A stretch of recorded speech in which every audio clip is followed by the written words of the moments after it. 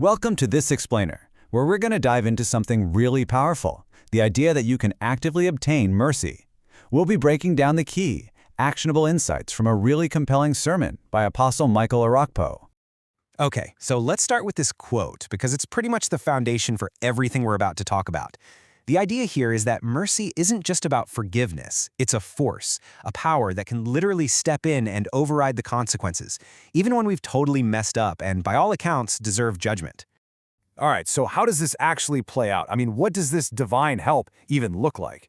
Well, according to this teaching, it's not a one-time thing. It works in three distinct dimensions that cover your past, your present, and even your future. And this slide just lays it out perfectly. First, you've got intervention. That's God stepping in right now to fix the mess you're in. Then you've got restoration, and this is huge. It actually goes back and reverses past defeats, bringing back what was lost. And finally, there's preservation, which is all about making sure you're protected from falling into that same trap again. It's not just a quick fix, it's the whole package. So that's the million-dollar question, isn't it?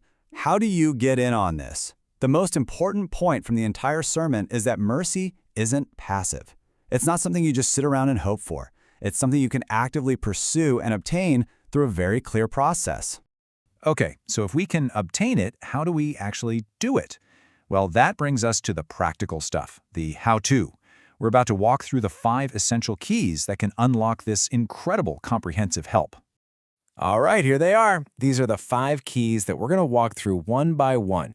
Each of these is a critical piece of the puzzle, so let's jump right in with the first one.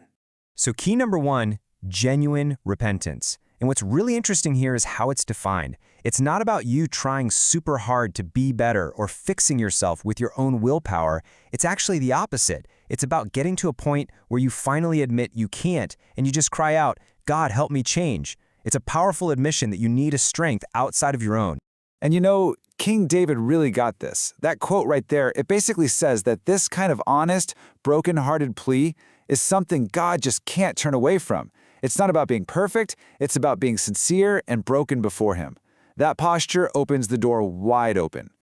Now for the second key, faith in Christ. And this slide lays it out so clearly, right?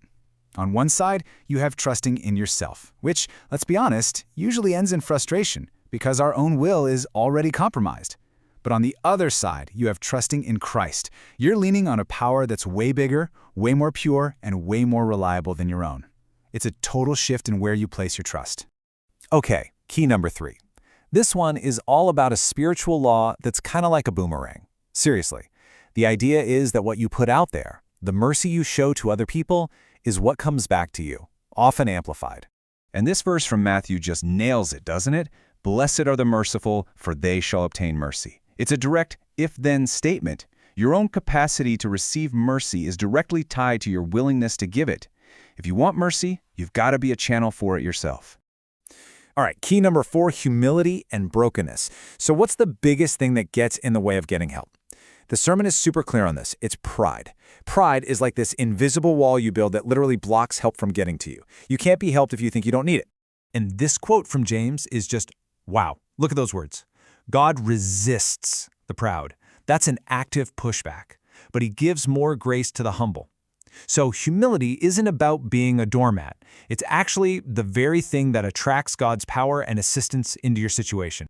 Which brings us to our last and maybe the most direct key of them all. It's all about the simple, raw power of actually asking for what you need, of crying out for mercy. And I love this metaphor that's used here. God's presence is described as a giant buffet. Think about that for a second. It's not a place of scarcity, it's this huge spread where everything you could possibly need is laid out for you, ready to be taken. So what's on the menu at this spiritual buffet? Well, look at this list. It's way more than just forgiveness, right? We're talking about power, favor, speed in your journey, restoration, goodness. It's this incredible, inexhaustible supply that's just waiting there. So, how do you actually place your order at this buffet? Well, the story of blind Bartimaeus is the perfect playbook. He didn't just sit there quietly hoping someone would notice him. No way. He cried out. It was a desperate, direct, and specific cry for mercy. He knew what he wanted, and he wasn't afraid to ask for it, loudly. So here's the bottom line. Mercy isn't just some random act of divine kindness. It's a real, tangible force that is accessible through a clear, actionable framework. And that leaves us with one final thought, a question for you to really think about.